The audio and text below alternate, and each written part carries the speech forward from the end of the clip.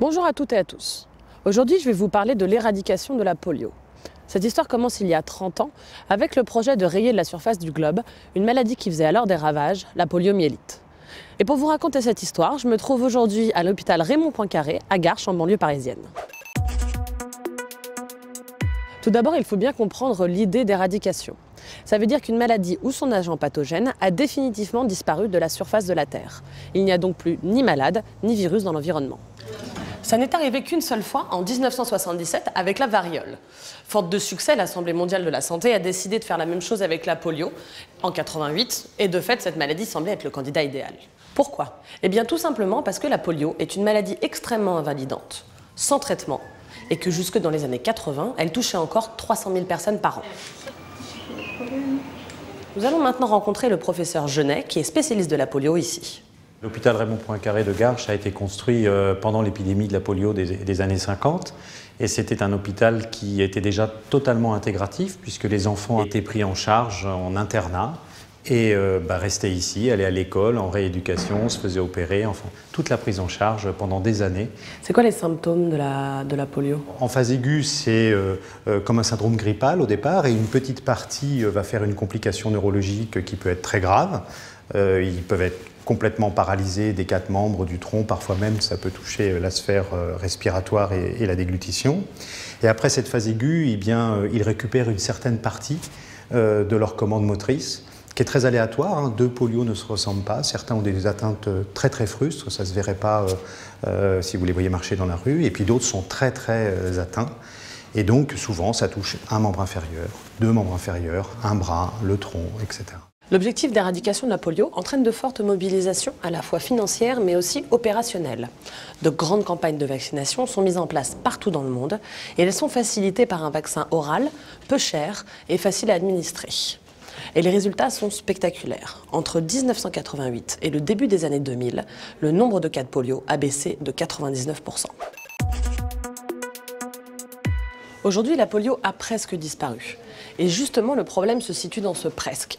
Alors concrètement, on parle de quelques dizaines de cas par an, mais si on s'est donné comme objectif d'éradiquer la polio, il n'y a pas de compromis possible. C'est 0 cas ou rien. Et justement, dans cette dernière ligne droite, on peut se poser 2 questions. Est-ce que c'est réaliste de vouloir éradiquer une maladie? Et si oui, est-ce que c'est vraiment souhaitable? La difficulté principale du programme d'éradication de la polio, c'est qu'il présuppose une vaccination de 100% des enfants de moins de 5 ans dans le monde entier. Alors c'est quelque chose d'extrêmement compliqué pour plusieurs raisons, par exemple pour des questions d'accès dans les zones de conflit, ou encore à cause de la part incompressible des personnes qui sont réfractaires à la vaccination dans chaque société, ou encore à cause des phénomènes de rejet des populations qui trouvent ça suspect, cet acharnement envers cette maladie qui est très éloignée de leurs problématiques de santé au quotidien. Mettez-vous en situation. Vous vivez dans une zone ultra reculée, négligée par l'État, et avec un accès très limité aux services de base. Aller dans un centre de santé vous prend une journée entière.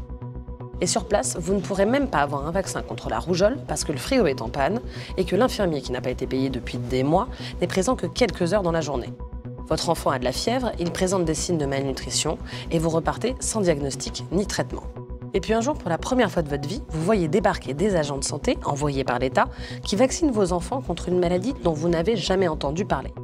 Et comme il faut administrer plusieurs fois le vaccin oral pour être sûr que tous les enfants sont protégés, la même scène se répète année après année. Et dans certains cas, les vaccinateurs sont même encadrés par l'armée ou la police. L'autre problème est lié à un second présupposé du programme d'éradication de la polio, la maîtrise du virus lui-même. Et pour comprendre en quoi c'est un problème, je vous propose de rencontrer Emmanuel Baron, qui est directeur général d'Epicentre. Bonjour Emmanuel. Bonjour. Effectivement, pour que le programme d'éradication soit considéré comme un succès, il faut que le virus ait complètement disparu de la planète. Or, ce n'est pas aussi facile que ça. Parce que le virus est assez résistant, finalement, en dehors du corps humain, et on le retrouve sur beaucoup de surfaces, dans beaucoup d'environnements. Donc, première difficulté, être sûr qu'il soit présent réellement nulle part.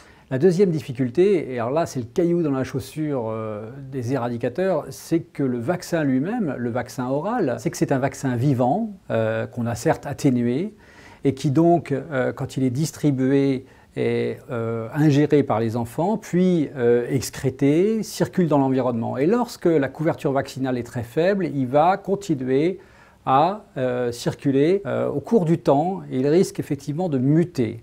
et donc de redevenir virulent. Il y a toujours aujourd'hui des cas de poliomyélite qui sont dus au virus dérivé du vaccin.